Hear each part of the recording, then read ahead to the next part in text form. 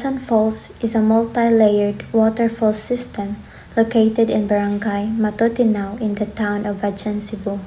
It is without doubt the most visited tourist attraction here in Badian. Famous for its beautiful turquoise water, Kawasan Falls sits at the foot of Mantalongon Mountain Range, approximately 1 kilometer from the National Road of Badian and at least 4 hours of trekking from Osmeña Peak of Dalaguete. Its cold and clear water cascades through layers of waterfalls emanating from Kandayvic Spring before going to Matutinao River and the Tañon Strait. This is the path going to Kawasan Falls. Some people do canyoneering and cliffdiving.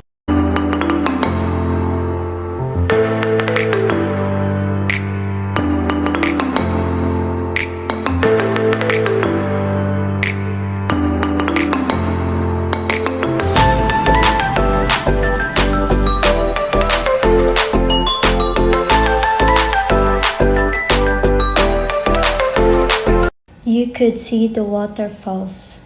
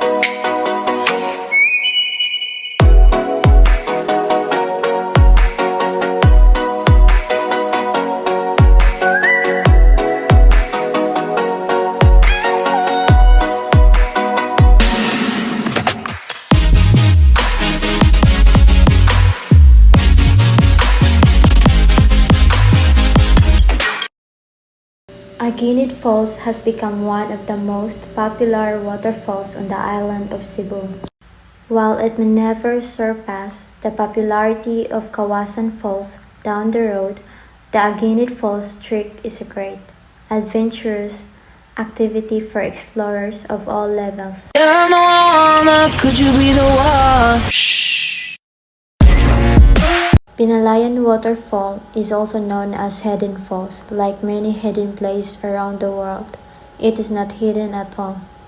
It is also dangerous to do a cliff diving, so be careful.